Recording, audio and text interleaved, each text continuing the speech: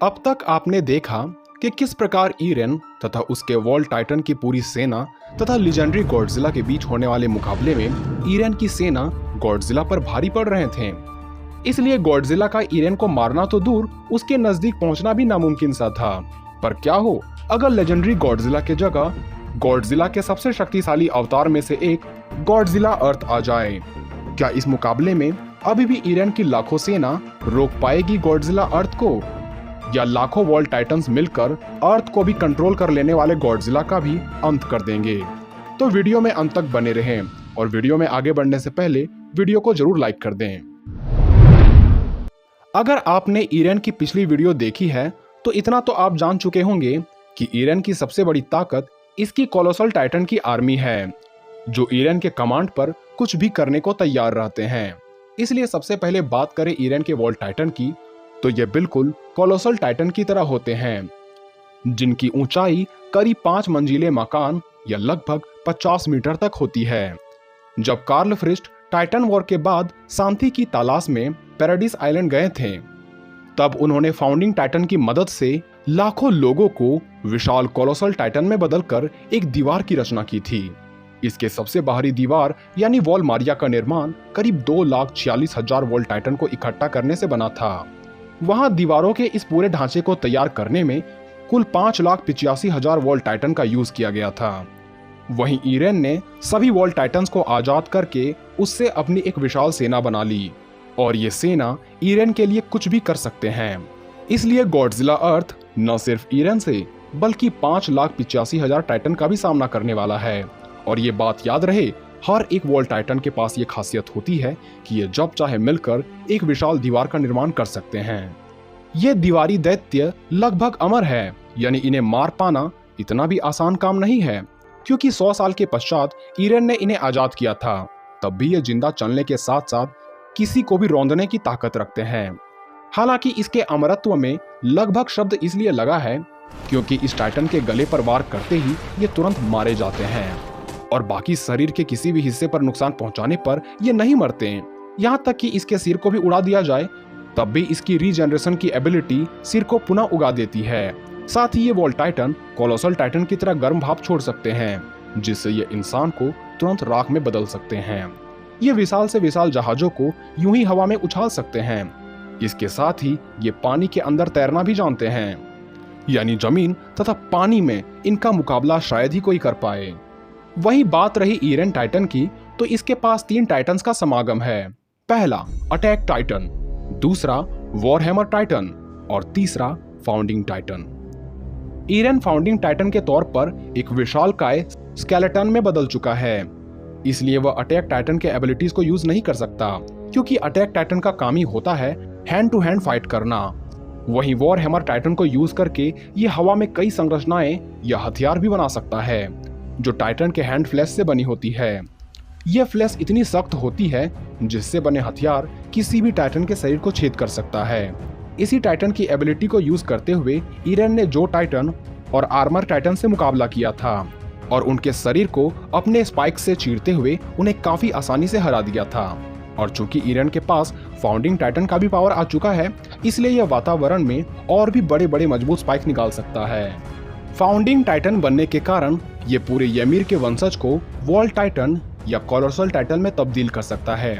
जैसे gene ymir के वंशज को एक खास प्रकार के लिक्विड देकर एक टाइटन में तब्दील कर सकता है, ठीक जीन की तरह फाउंडिंग टाइटन भी कर सकता है। पर फाउंडिंग टाइटन को किसी भी प्रकार की लिक्विड की आवश्यकता नहीं होती, और सबसे खास बात, इसकी पुकार से कई किलोमीटर दूर मौजूद ymir के वंशज भी खुद को टाइटन बनने तथा उसके आज्ञा का पालन करने से खुद को नहीं रोक पाते। और सिर्फ वॉल टाइटन या कोलोसल टाइटन ही क्यों, ये सभी 9 अलग अलग प्रकार के टाइटन्स को कंट्रोल कर सकता है।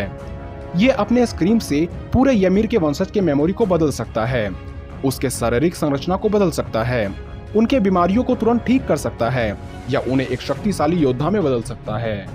साथ ही साथ ये सभी के सभी ymir के वंशज से टेलीपैथी के सहारे बात भी कर सकता है, जिस प्रकार वो सभी को ये संदेश देता है कि वो पूरी दुनिया के खिलाफ जंग छेड़ने जा रहा है। ये भूत, वर्तमान तथा भविष्य तीनों समय काल को देख सकता है। हालांकि फाउंडिंग टाइटन की अवस्था में ये बिल्कुल भी लड़ाई नहीं कर सकता, पर अपने वॉल टाइटन को आदेश देकर ये कुछ भी करवा सकता है। साथ ही ये कुछ केस में वॉर हैमर टाइटन के एबिलिटीज को यूज कर सकता है।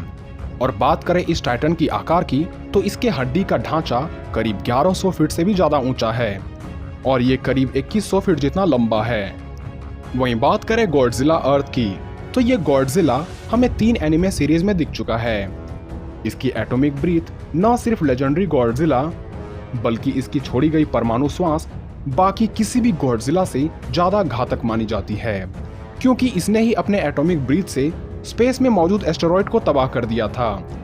और इस गॉडजिला ने मेका गॉडजिला सहित आसपास के पूरे शहर का सफाया कर दिया था।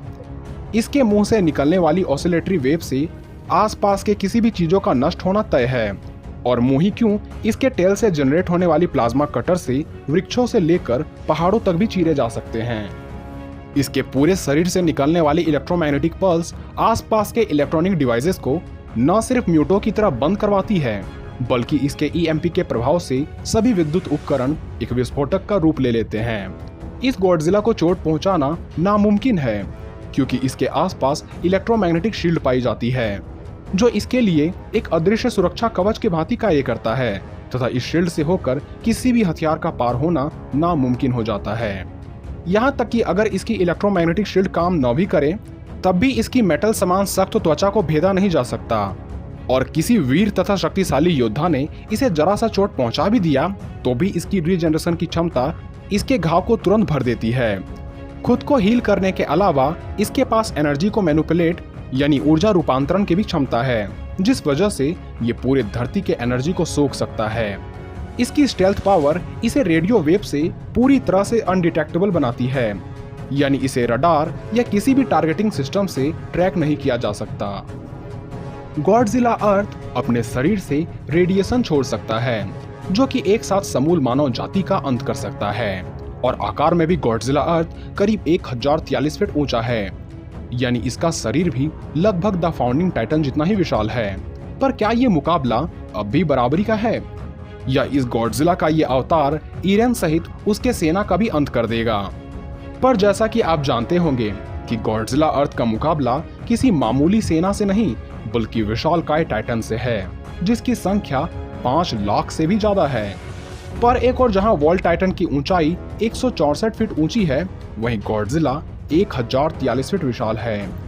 यानी गॉडजिला इन सभी सेना को कुचल कर भी मार सकता है तथा इसके एटॉमिक ब्रीथ तो एक साथ कई हजारों टाइटन का सफाया कर सकता है, क्योंकि इन टाइटन्स की ड्यूरेबिलिटी उतनी ज्यादा नहीं होती और गर्दन पर हमला होते ही ये हमेशा के लिए ढेर हो जाते हैं। इसलिए जिस एटॉमिक ब्रीथ से पूरा चांद तबाह हो सकता है, उससे टाइटन आर्मी की क्या ही हाल होगी। गॉडजिला की सुपर ऑसिलेटरी वेव की ताकत भी इतनी ज्यादा होती है, जिसकी मदद से हजारों की संख्या में टाइटन आसानी से मारे जा सकते हैं। वहीं गॉडजिला की टेल स्वाइप एवं प्लाज्मा कटर से भी टाइटन की पूरी आर्मी का सफाया हो सकता है। यानी 5 लाख टाइटन को मारने में मुश्किल से गॉडजिला को घंटों भर का वक्त लगेगा।